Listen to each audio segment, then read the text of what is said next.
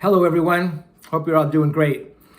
This interview with Tony Iommi was one of many that I would do over the years.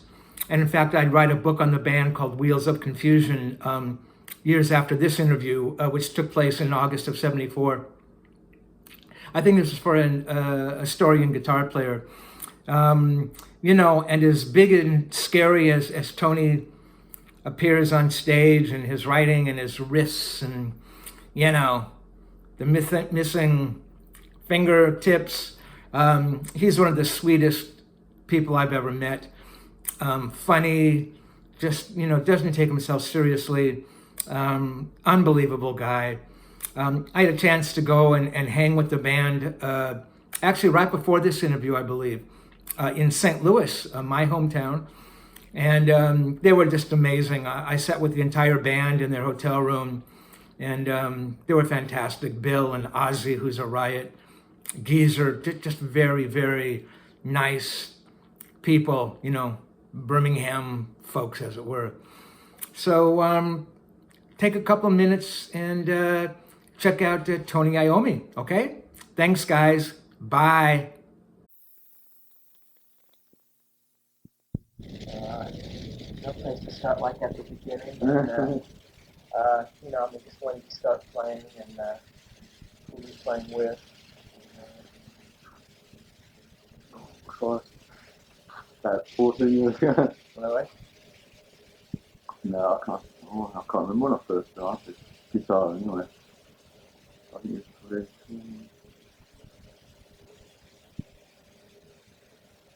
probably about 11 to 12 years ago. And you're how old then? Oh, Christ. About 14.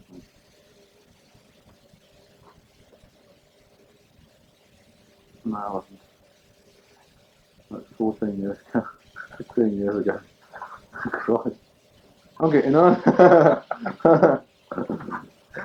Yeah. I mean, what sparked interest? Was it listening to records? Was it friends, family? Well, I was always interested in music as a sort. I used to play sort of accordion and things when I first started, to anything to play. And I wanted to start off as a drummer, really. Really?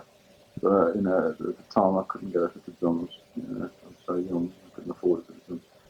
And I had a guitar for a birthday present. And started on that, and I got a better guitar and went on from there. Just things started off like listening to the Shadows and things like, all them sort of good. It's good at the time, and I wanted to just play that sort of thing. So it really started off. Right. Were there any bands in that period? Yeah, were there any substantial bands really that, before Black Sabbath, that you remember, that you played in? Oh, that I played in? Yeah. I was with Jeff Durstall for a while. Played with him. Were you really? Yeah. I left Jeff Durstall. I joined Jeff Durstall to become drummer. And wow, that's something I didn't know. Yeah. Of course. How? Do you remember what year that was, or? 69. 69. How long were you in the band? Couldn't have been more than. I wasn't there long. I done a film with them. It was in a rock and roll set, because Rolling Stones rock and roll set. You were in that? Yeah, I done that, and I left the band. I left that show after we done the film. Wow. But they never showed it in England, did you? They showed it over there, I think, haven't they? Never. Haven't they? Never. No. No. It's a great show because there's a lot of people in it. Yeah, Brian Jones, Lennon and Clapton, yeah. Oh, loads of, The Who and. Did Ian approach you on that, or did you hear about the opening? No, what happened? They asked me if I'd be interested in joining, you see. And I said, it sounded alright, so I went down to they had auditioning all these guitar players. They had 400 guitar players or something. So I went down to this audition, and they just come down anyway, just to play, just try it with us. And I got the job. And then I was only with them for a while, we rehearsed and got everything ready for this show, this rock and roll set. and I wasn't really the sort of, the message wasn't right. You know? Really? And so I left shortly afterwards because it was I don't know, I just didn't feel quite right with it, playing that sort of stuff. At first I thought that was great, and the band was really good. But, I didn't want to go for a lead in the band, which was Ian Anderson. I didn't really agree with that because, as we are now, there's no leading, and everybody's sort of, everybody does their own part. Right. And that's why I really didn't. None of that, the communication between the band, it was a bit of a, it wasn't too friendly from the band. Like we are now, we all do things and go out to them. With Jeff, Ian was stopping in the flat all the time and he wouldn't want to go out, and it was quite a thing that was untogether, in my mind anyway. I mean, you don't even listen to this, but yeah, this is right. That's how I felt. I just didn't feel quite. So you left the band? Yeah. Do you think if you hadn't left, you'd still be in a group right now? If I hadn't left, I don't know. I don't know, really. I really don't know. But you see, I left them as I was at the top, more or less. I joined the band when they was at a good status. Yeah. And I left at the same position.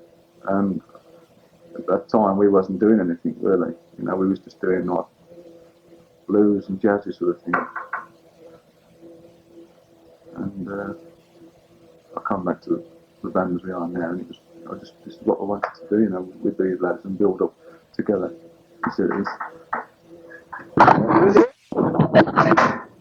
Talk about Jeff Bill. Oh yeah. Oh. When did you get your first electric guitar? It was probably. When I first started. The first one I had was acoustic one. It was an old cheap thing. Then I had an electric one. What is about 4 months afterwards? Oh, you got right away. Yeah. You remember what kind it was? Future Armour, I think. Was it Future Armour or something like? No, Watkins. Watkins. What was your first amp? You remember? First amp. Amp. Amp. The Watkins. Really? Something terrible it was. Yeah. Went on and on from the box and. When did you start using Black Sabbath? What setup?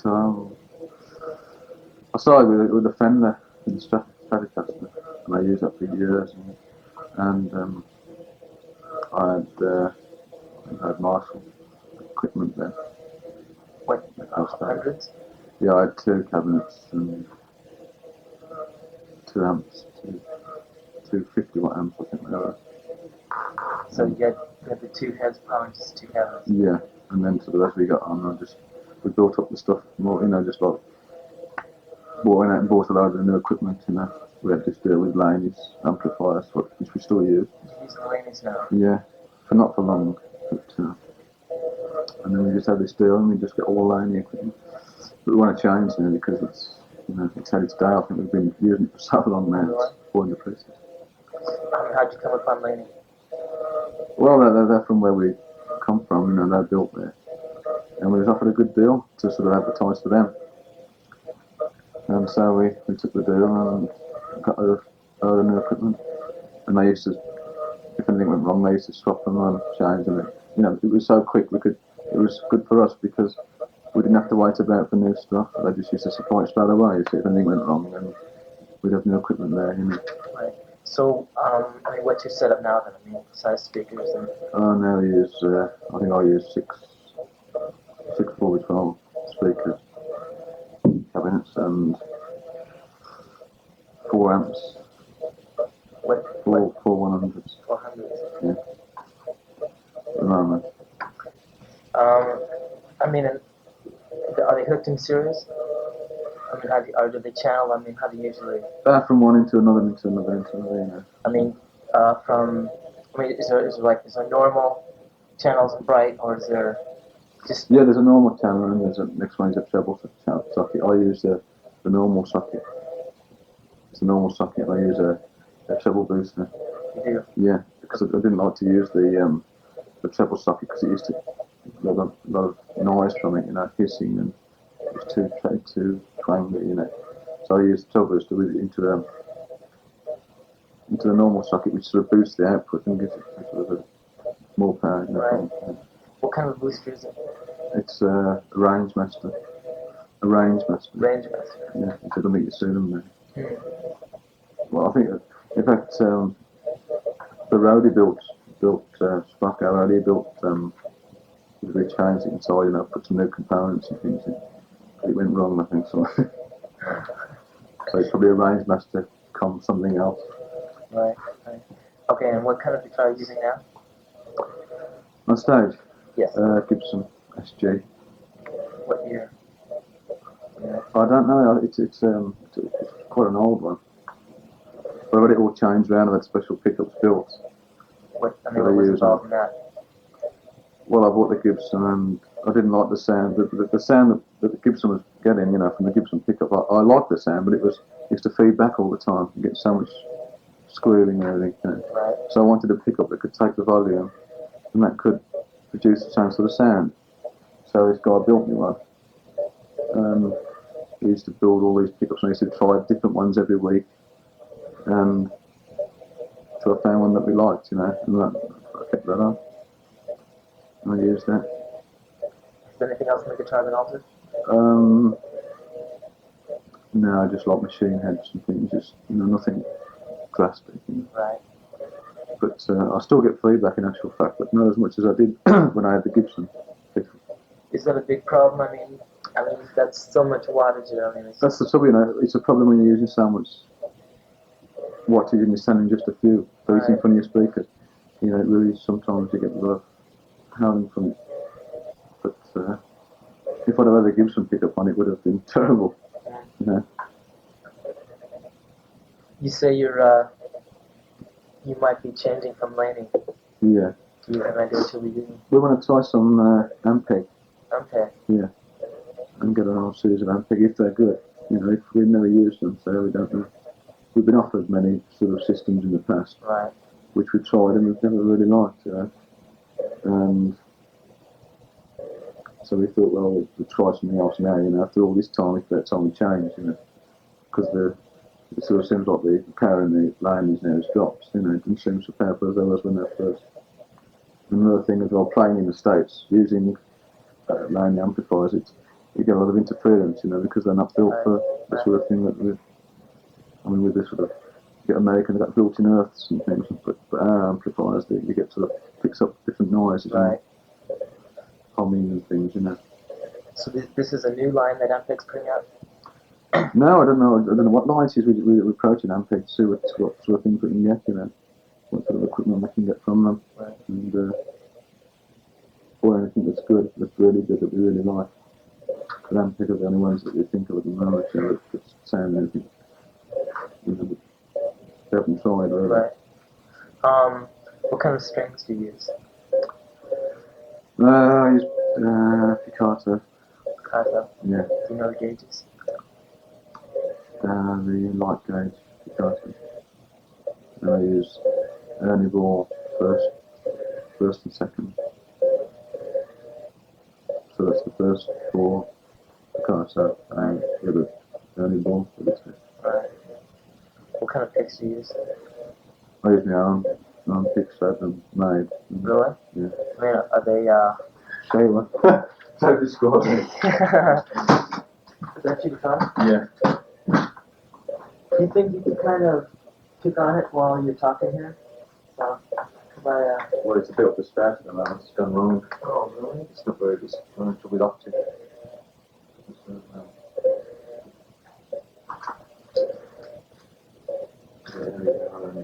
I don't even know half the time what to sing. I never say it really. I mean, I don't do it. I really change it every time. That's the pickup, you see. The pickup was built for me. It's a pre-made built for me.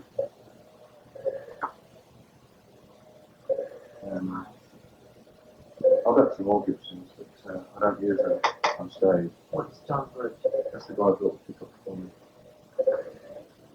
I've got some more different Gibsons, you know, which I've tried various amounts of pickups on them, and, you know, but I still don't use them on stage. I use them for recording. What kind of Gibsons? I've got I used to have a 3 pickup one, which I used on Paranoid, on the album Paranoid. 3 pickup An SG. Gibson. Yeah, an old Les Paul. It's Les Paul. Oh yeah. And I used it on the album, and I got rid of it. I didn't use it anymore. You know, it used to be just sitting around, so I decided to get rid of it. But what I've got left now, I've got that one. I've got another SG, the new one, the new type. I've got one that Leslie West gave us, sort of an old Les Paul. Junior? Yeah. Because I wanted one of them, you see, and he said, oh, when he came to England, he brought me one over as a present, you see. So I thought, great.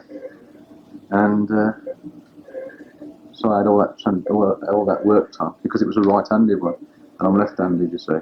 So I had to have the whole lot changed round. And this guy, John Birch, he worked on it for me, and it took him about 6 months to do. And he done it, you know, put all new pickups on and everything. And I've got that one. I don't know what Fender, I got a Strat. And Why did you change from Fender to Gibson? well, it's a funny thing. I had this Gibson, but I never used to use it. I used to keep it on the side of the stage, you know, just to leave it there in case anything went wrong with the Fender. One night we was playing in Germany, and something went wrong with the Fender, the pickup went or something. I thought, oh dear, I've got to use the Gibson. So I used the Gibson, and I never went back to the Fender, really. I just kept on the Gibson. What was it that appealed to you? About the Gibson? Yeah. I don't know. I think it was the neck or the or something. The Fender was. I could play far faster on the Fender. Fast on the Fender. I could play faster on the Fender than I can on the Gibson. But it was the thing that you can bend the notes easier on the Gibson than you can on the Fender. So it was. Right. But the Strat was good because it was an old Strat I had, and I never used to get any trouble with any sort of feedback, and it was great, you know. Yeah. And I was really sick actually when it went wrong. And I just got rid of it after that, you know. Was it hard being a left-handed player and adapting to it? It's hard being a left-handed player as far as you can't just go into a shop and see any guitar you want and buy it, because everything I have to go in the shop and either find a left-handed one, or if I see one I can have it converted, I'll buy that. So it becomes quite awkward really to get one. In fact, a guy rang me up the other day and said he got a left-handed Les Paul custom, and he wanted $18,000 for it. $1,800 for it, sorry. Which I didn't want to know. You know, because I've had the Les Pauls and things. I never used to use them. You know, I've had that one so long now. I always use that one, but I've never been able to try, using the others really. You've never tried a Les Paul. Yeah, I had a Les Paul. Not the SG shape, the regular Les Paul. Yeah. But I used it on just one track on the album. That's all. Why? And I used it for one number on stage, and I never used it after that. Why? I just didn't feel right. You know, there's a big bulk at the end of it. Yeah, right. The top of the neck, and I didn't like it. You know. Because with that one, you can get right up to the top frets without any trouble. Had you ever tried, when you first started, do you think you could have just reversed right-handed guitar and played it that way? I suppose I could have done when I first started, but just sort of started playing. Right. That was awkward for me, you see, in guitars as well. I can't use sort of like a Les Paul, anything, but you've got to get right up the frets because I slip the ends of my fingers off, you see. And if you knew that, not many people know that. It's quite and I have to, when I play, if you got to get the top frets, it's awkward because. Can I ask how it happened? Yeah, I did this 4 years ago when I was. I used to do welding, electric welding. I'd done it one day and I had to work on this press, cut the metal, the sheet metal, before I weld it. Because somebody else used to do it, but I had to do it this day because I didn't come into work, so I had to do it. And I said it was a faulty switch or something, and I just pulled them off. I just gripped them and I pulled it, so it pulled the ends off. Which fingers did it hit? I mean, just that one and that one. Both of them. It took that much off that one, so that line, yeah. Took that much off that one. And off that one, it was that one. Wow. So it presented a problem really when I was playing, playing before this? Oh yeah, I was playing. In fact, it was really strange because I was due to finish this job on that day, you see, because I was going with this band, to turn professional with this band, and go to Germany to work for 4 or 5 months in Germany, you see. At that time, it was a problem because when that happened, you know, I sort of I thought, well, that's it, I can't play with the band now because I've done that, so I've got to pack up, and I was really, and I was inspired again by some guy that brought me a record of Django Reinhardt, who he only had 2 fingers. And I thought, crikey, how can a guy play like that with 2 fingers? And it really helped me, you know, because I used to listen to this guy and I used to think, well, if he could do it with just 2 fingers, surely I could do it with 2 fingers and maybe the others, you know. And I was playing like this, so I used to use just the 2 fingers until eventually they got a bit better and I could use them. So you had to kind of more or less start over again. Yeah, start all over again, which was a real drag, you know. And I mean, I have to wear things now when I play because it will just slice through me. It's so, you know, so tender, you know, nerving. And it helped me in a way because I used to just play my little finger, and I got to use my little finger a lot of, you know, substituted for that one. And which it helps now because I use the little finger a lot. Right. But it was an awkward sort of. I never knew that. Yeah, well, not many people do. It's quite a. You know, I never really told anybody about it. Yeah, I mean, it's not the kind of thing that you talk about in regular Sabbath. No. But, and it's okay if I. Oh yeah. Do you use any other pedals besides booster? Do you use a wah-wah or any kind of phase or? No, that's another thing on stage. I tend to get, if I use a wah-wah or anything of that description, it usually I get a terrible row. You know, like all the screams or something. You know, I wanted to use a wah-wah and various other things, which caused such a problem. And in fact, this tour I've got a mini move thing, guitar move, high-fly thing, and I was using it in England. It was great. And I came over here and it was picking up all the interference again, so I couldn't use that. So that messed that up. So I haven't been able to use it this term. That's the only thing I've ever been able to almost use on a stage. What kind of acoustic guitars do you own? I've got a Gibson J50 and a Guild acoustic. I don't know what that is. It's quite an expensive one. I've only looked at it a couple of times.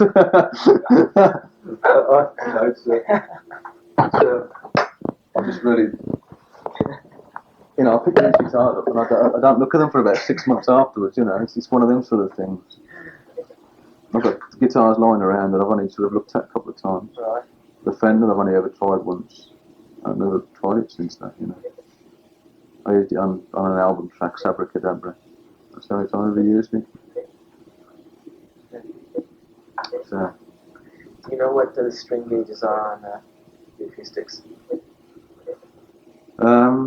yeah, they're light gauge. I use light gauge on it, but it's awkward tuning, you know, for doing some things because I tend to get, you know, get a bit slack and you know, get trouble tuning. And I have it on the electric ones as well, trouble tuning. You know. Do you use any special tunings on stage? Yeah, we tune to the mood. We just tune to the pitchfork and onto the mood. Tune to the mood because we use the mood on one of the numbers. You know. Right. Do you use any open tunings or any unorthodox tunings? We tune to D. D. You know, like a couple of C, sorry, a couple of frets down. D. D. That's it. Because you get more depth and you get more. That's what I don't like about using fixed gauge strings. One of the reasons is because bending the strings, it'll rip my bloody finger apart. And another thing because it can get more for the ball from it. You know? I find it anyway. And on the acoustics, I like gauge string as well because it gets a nice sound from it. How do you usually, if you can describe it, how do you usually hold your pick, in relation to the guitar? Does it hover over? Do you lean it on the guitar? Is there a lot of pick showing? Is there not too much pick showing? I don't know. I've never noticed that. Up, down, Yeah, all down. it depends. It's down, and then occasionally it's up and down. Depends whether it's anything fast, it'll be up and down. I mean, is there a lot of picture when you play, or is it grasp close to the very end, or is it No, just, there's not very much at all. did you, when your accident happened, did you develop any techniques with your right hand or your left hand? I mean, special things that... Just different chords. I have to play unorthodox chords sometimes, you know, because it's too awkward to get some of the chords, you know. I have to play D, instead of playing D like that, I have to play D with a little finger. Oh, right. Right. You know. What setup do you usually use, like on record? I mean, do you use the Laney's and... Yeah, I use the Laney amps most of the time. I think I've used a Fender on one track or something, just for maybe a solo or something. But usually I use Laney, sort of an under stack, one cabinet. How do you get some of the effects that you get on that record? I mean, the new album, there's a few things on there. You unlock guitar or? Yeah, the guitar. It's kind of like pushing things. Oh, I used a rotor box, which gets warblings, like an Hammond organ sound. You know? Right. I use that. And what else? That's about all, I think. I don't know what else I use. I can't remember. That's fine. Yeah. We haven't gone to, I wanted to try more things, but we probably will on the next album, some more effects and guitar. Do you want to try to use more things live also? Yeah, if it's possible to use them, I'd like to use a lot of things live, But as I say, it causes a problem with the amount of power that's going through the amps. It just picks up all the interference. If you get any extra thing added to the stack, it just sort of causes more problem with interference. Right. And especially over here when the earthing and things. Right. Some of the halls you're playing, we played in one the other night in Pittsburgh, in Spectrum in. Chicago? No, it's Spectrum in. Spectrum is... That's Pittsburgh. No, it's No. not Pittsburgh. It's Philadelphia? Philadelphia. And there was a big generator at the back there, and of course, that was to keep the ice, Oh, yeah. And it was causing a problem through the amplifiers because the generating noise was picking up through the aggravation all the time. Where do you usually set like the like tone controls and things and volume controls on your amp and your guitar? Or is there kind of a balance between there somewhere? Well, usually I have on the amps I have the presence pretty well full on. I have no bass on the amplifier. No bass. No bass at all. I have the middle full on and treble full on. And volume it's been nearly full on these last few weeks. So I think it's they've lost power somewhere. On the guitar it's most of the time pretty well turned off. I mean, do you listen to the other guitars? I can hear Wheels of Confusion. It sounds maybe like it might have been a Page solo kind of thing. I'm just wondering if you not really. listen to other English guitarists, or if there are people you did listen to. No, I try not to listen to. I don't listen to many groups at all. Really? A lot of the reasons because I like Zeppelin and things, but I don't sort of make a point of trying to copy anything or pick anything up. But you can do it by, if you listen to something that much, you can end up playing it without even realising it. Right. So I don't listen to many bands at all. Really. I sort of just don't try not to get involved that much with it, because it can be done quite automatically, without even realising you can be playing something that you've heard and Right. and what just happened to play. When you first started playing with Sabbath, did you, I don't know, in your mind kind of think what would sound like a sinister or a hard sound, or? You hit on a question there that's been confusing us for many years now, because when we first started, we used to play jazz and blues, Really? all jazz and blues, and we got into this sort of thing purely like we just sort of like pushed into this somehow. We was led this way, You know, it's really strange. We can't explain it to ourselves. You know, it was just something we come out with that was totally different at that time because it was like doomy and the riffs were like a bit frightening. You know, and it was something that we felt. You know, and we just used to come out. And we found we was writing all these sort of doomy songs, and the words were really meaningful about, you know. And it's been that ever since. We've just gone that way, you know, through. We've never been able to explain it. You know, we've never sat down and said, well, we're going to write a doomy song there. Because we've just gone in and rehearsed and just maybe come out with something it's happened to be like Black Sabbath or whatever else it was, you know. And it's almost like somebody saying in your mind, like, to do that. It's been really strange, you know, the whole thing has been strange with Sabbath because the band itself, we have so many things that happen in the band, like sort of as far as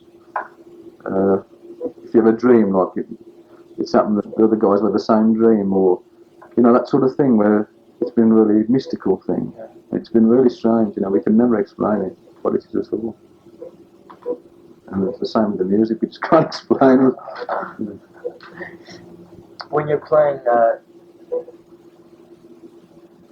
do you try to play around Ozzy's voice, and does that affect your playing and your soloing? Well, what usually happens, we usually get I usually maybe we used to play out and we get a instrumental first, and then Ozzy will just fit around that. He usually just fits in around it, really more than anything. But it's worked, you know, so now we find the best way, you know, just to go in and just bash out anything that comes that you feel, you know, we all sort of feel at the same time. We think, well, that's it. And then Ozzy will put words to it then. You know, put the vocal line, and Goose will write the words for him. Comes like that. Right. Would you like to do your own album? Would you like to make a guitar type album, or? I don't know really. I would and I wouldn't really, you know, because like a guitar album, I just wouldn't know what to do for a start. There was one track that's on my new album that's on Sabbath, Bloody Sabbath, Fluff. I just kept that as a thing that I'd done at the time, you know. I wasn't going to sort of do anything as far as the band was concerned with that. I would have kept it maybe for a later date, maybe. Right. Maybe put it on a solo album or something. But that one and another one, of an album, Laguna Sunrise, would be done on volume 4. That's another guitar thing, you know. Right. But it's just the thing, where can you go with a guitar album, or what are you going to put in, you know, without vocals or things, you know. I'd maybe like to do one with you're playing different instruments like piano and flute and guitar. You can play all those. Yeah, well, I play on the other albums, piano and flute and guitar and organ.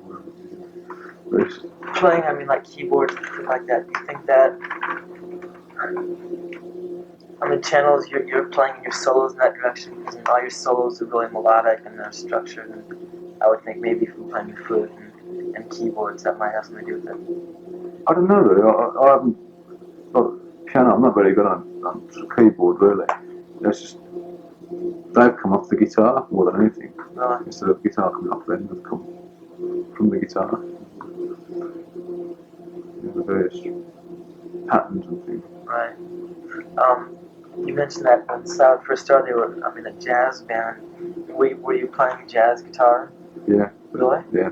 So jazz solos and blues, jazzy blues influence. I used to do a lot of 12-bar blues, jazz. Really? I used to end up putting a jazz solo in or something. It was a thing we really enjoyed at that time, doing jazz. And it was good because it gave me a lot of practice on playing faster runs, jazz style. And, you know, it helped a lot, really. It did help you with what you're doing With now. the basis of it, yeah. Do you think it's more demanding than what you're doing now? What do you mean demanding? Do you think playing jazz guitar is more difficult than playing rock guitar? Well, it's more sort of the same sort of sorts in a way, because I mean, if you get a run, it could be a jazz run, and you could just put it with a heavy sort of a sound or whatever, and it can be like, you know, I'll mix them into one, but I'll play some jazz runs now when I'm on stage, you know, I'll play maybe a bit of jazz thing, you know, I'll do a solo for about a quarter of an hour, guitar solo, and I'll do jazz occasional jazz runs. Or Right. it's helped with the drums as well, because the drums was jazz, just jazzy sort of things, Right. and we sort of click into a thing. You know. Do you use other certain scales and things that you use? I mean, you're playing. I mean, like, would the scales used when you're doing jazz solos be different than what you're playing now? Not really. Basically the same sort of I thing. mean, just regular. I mean, are they pretty much blues scales, or I mean, are there? Well, as I use on stage now, you mean? Yeah. Yeah, I'll probably like do a jazz sort of feel, but and then the jazz thing, and then maybe the blues piece in it, you know, like just the sustain, you know, Right. whatever, you know, just sort of mix them around a bit. And I don't think of it; it's just a thing that I just play now, you know. I don't even think about it. I can't even explain what I do. Right. I never think about it, you know. I just get just play away, and Right. but it's nice, you know, because like we do a thing on stage that we don't have worked out, so it's like sort of a busk thing in a way, and it's really good because it gives you a lot of scope, because it's not a regular routine of having to do a certain riff or run or whatever. Right. You know, it's something that you can just play with exactly what you like, and you know, the other guys automatically follow, or I follow them, or Right. you know, whatever. It's really good. There's pretty much jamming. I mean, you have pretty much a chance to expand every night then. Yeah, on the one we do one track that do like a drum thing in it, and I do a guitar solo, and we can just totally play whatever we want, you know. It's good because you're not stuck into one thing. It's good because you can get rehearsally monitor note and think, oh, that's all right, and I'll remember that, and maybe use it a couple of days afterwards or something. Does your guitar have vibrato arm on it? No. Do you, which fingers do you usually use for like your vibrato and That one. really? That one and first finger. Your first finger? It should be that one as well, but I can't use that one because of that. Is it, I mean, is it like if you were playing around like you're on the third string, would it be a pull or a push? It's a push. Push, really? I mean, I like to adapt a totally different way of playing, really, because of these fingers, you know.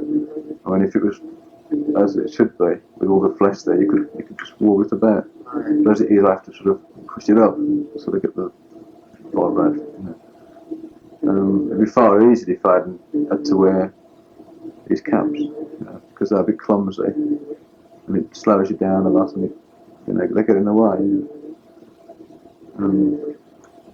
So I have to sort of adapt this thing Right. to do it with special fingers, and instead of doing them with all fingers, to use just the 2 fingers. Right. I mean, have you ever kind of approached anybody and, you know, kind of showed them what's going on and asked them to maybe design something that... I have, yes, but I haven't come up with anybody yet that can do it. It's really strange, and you know, I thought, well, all these things they're inventing now, surely they can produce something that I can wear that would be comfortable and I'd be able to play all right with. You know. Right. But they haven't as yet. It's really, I mean, the things I use are, say what I use, they're really clumsy.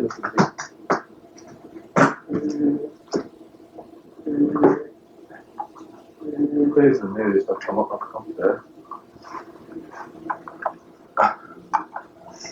So that weird. And so these fingers, so look, these are. Look at that one. I have to wear that one on there. So, and they'll be clumsy and see how they stick out. You have to have leather put on them so it'll grip the string.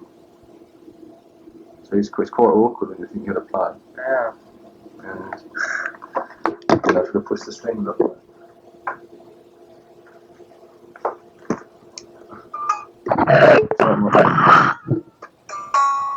Oh, that... Could that...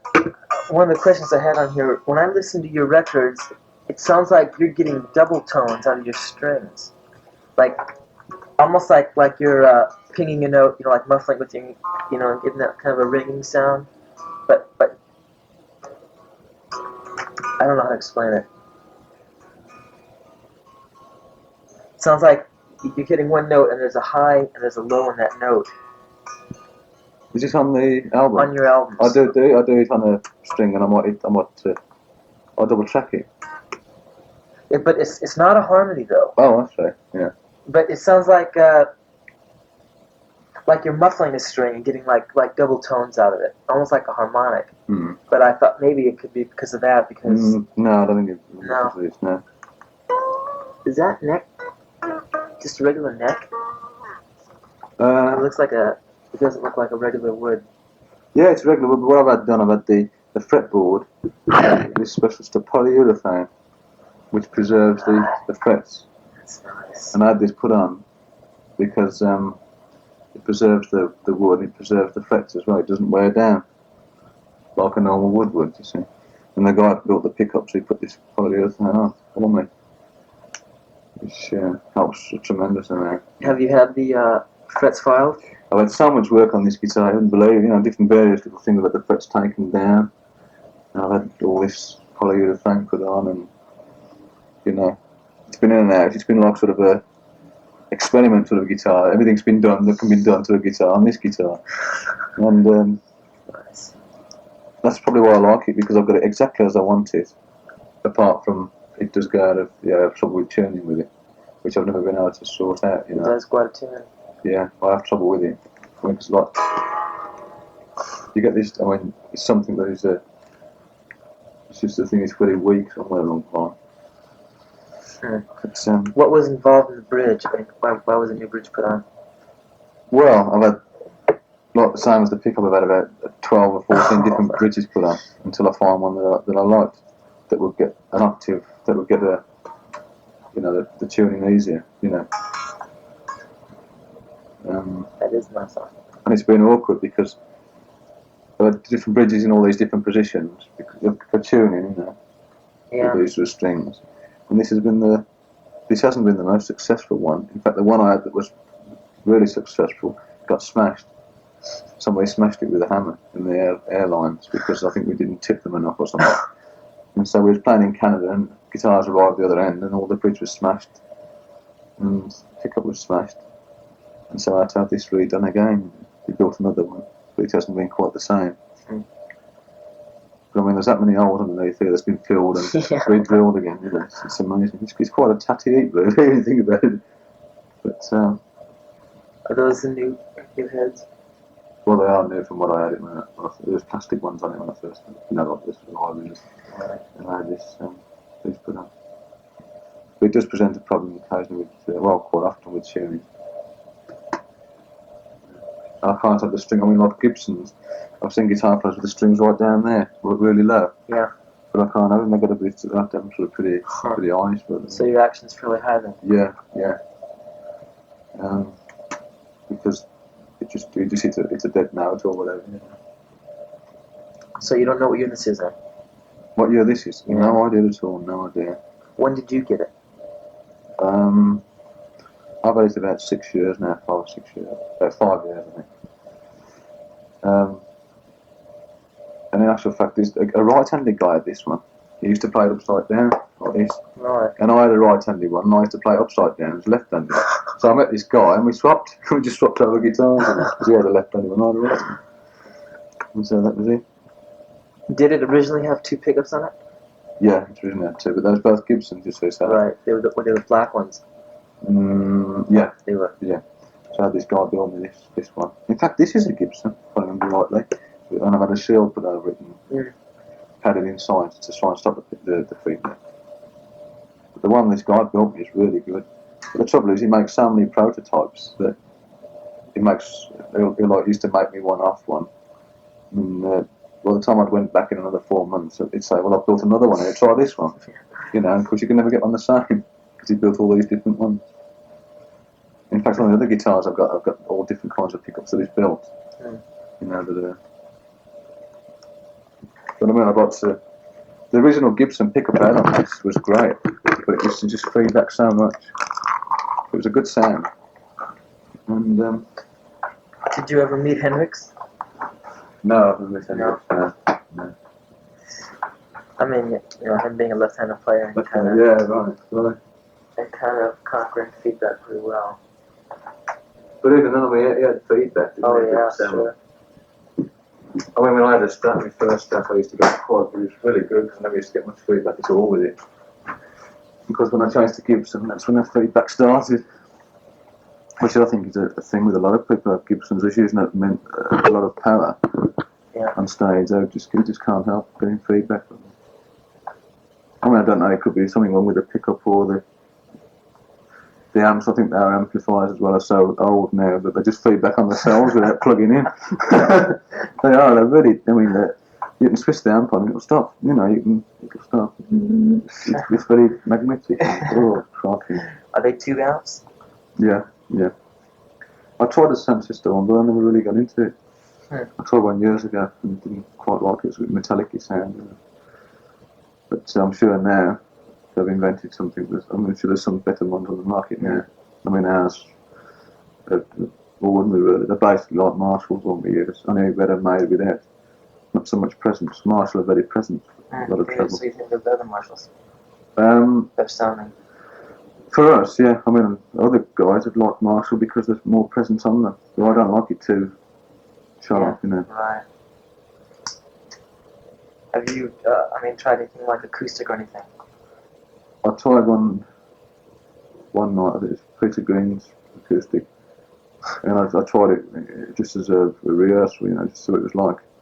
And I thought I didn't like it at all. That's really pretty tinny, isn't it? Very much. Very much. Any kind of last words, anything that I haven't touched on that might be interesting for guitar players? I don't know. You tell me. I mean, if you were to give advice to a guitarist on how to go about learning the guitar, they could probably give me some advice, I think. It's just like, well, what sort of advice can you give anybody really that's, you know, you don't know the problem that they've got? I mean, the problems I must have had nearly every problem under the sun, I think, with guitar. I've got so sick of having the guitar in the workshop and back out and in and out, you know, just try and iron out all the problems. Because most guys have trouble with tuning of a sorts as far as octaves and, you know, the octaves might be out, or especially if they use a light gauge string and have problems with tuning and things. how often do you change your strings? They won't change it now actually, but it's too late now before a show. I don't like to change them before a show. You know, not sort of an hour before a show, because I'll just go out. I like to change it fairly regular. These sort of strings I won't change in really every. It should be twice a week, but I just change them up once a week because I'm lazy and I'm. You can get by with using them that long? Hopefully. I mean, now they really won't changing now because they're wearing on the frets. They're going on the frets. So, of course, when they go on the frets, you have trouble getting tuning even more then because you can't get the octaves in because of the strings are damaged in a way. Right. And you get dead strings, you know. So I hope it'll be alright tonight. Your pick is a fairly heavy pick. That's a light one. I've got a head. I had two made out. That one as a medium sort of plaque, and I got the one that's heavy, thick one. And I was using the thick ones up until last week. I've started on the medium ones again now. But the thicker ones, you tend to get tends to be more of a bassy sound. But if you use a thinner one, you get a sharper sound. Right. I mean, for lead guitars, they're fairly thick picks, even your mediums, I think. Yeah, that's what they are really. Yeah. I know I tend to hit it a bit hard, you say. Yeah, that's another thing I have, that you're a pretty percussive player. Yeah, I really whack them sometimes. In fact, we used to be really dramatic at one time. I used to get really annoyed, and I used to pick the guitar up and throw it and smash it and everything. Did you really? In the early days, I used to get so annoyed with it. And it's funny, that was the Fender, and then you said, any, trouble with it really at all? And this one, I'll try and be delicate with it, and there's always trouble with tuning and everything. I've occasionally got a bit annoyed, but on stage, I'll belt it sometimes. In fact, I've done it the other night, knocked it out of tune. I whacked it very hard. It was out of tune, it went out of tune. So it bent the strings. So the band tunes up instead of like tune E, they all turn up to a D. Yeah, we tune up for a couple of reasons. 3 reasons. One because of this. Another one because of it gets some more depth. And another one because as his vocals, we find he's got a particular key that he can, if you tune too high, he can, Right. and so And it probably gives you more flexibility to play it gives you too, more because it's not, the flexibility. strings aren't as tight. Yeah, more flexibility, which I have to have really, because the fingers aren't as strong as, obviously with the top missing. It's Did you, this is probably kind of a dumb question, but did you ever try? changing over. Yeah, I try, but once you've got to a certain state, it's pretty hard. on one arm, you try and do exactly the same when you change over, and it's impossible to try and do what you do with the hand. It's something I've just had to try and overcome, try and bear along with it. I think you've done a pretty good But job. well, it's a lot of people don't realise. I mean, I don't think people realise how hard it was at first, to be able to have to learn to play like that. It wasn't anything that I wanted to do. It's just something I had to do if I wanted to play. And it involved a lot of determination and a lot of hard work and practice, to try and learn to play with those 2 fingers that was really unusable in a way without any caps, So how long ago was this then? When I done this? Yes. This was about 8 years ago. This is before this is before you tried for tall or anything like that then? Oh yeah. Yeah. This was before, yeah.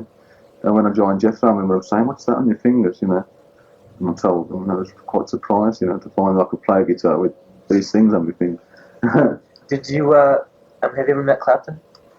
Yeah, he was at this. Yeah. This, Did yeah. you ever play with him or anything? No, we just done our separate sets, Yeah. We had a good, we've done the show took about 3 or 4 days to do the film, and so we was pretty well living with each other, and it was all right. We've seen each other every day and stuff. You get to know them, But oh wait, they probably wouldn't remember me now, I suppose, because it's been so bloody long. But it was quite an experience. I enjoyed that. Yeah. It's good. It should be. I'm surprised they haven't shown it yet. I'm very surprised that, because I should imagine it'd be really, really good. Yeah. The whole thing about it, when we first went to the show, it was the Stones thing. So they had a big reception at a hotel in London. We all went down to the reception, all just the people that was in the show. And there was a big booze up and everything else, And the Stones were playing at the reception. It's quite good. Nice house band. Yeah, it's quite a nice time.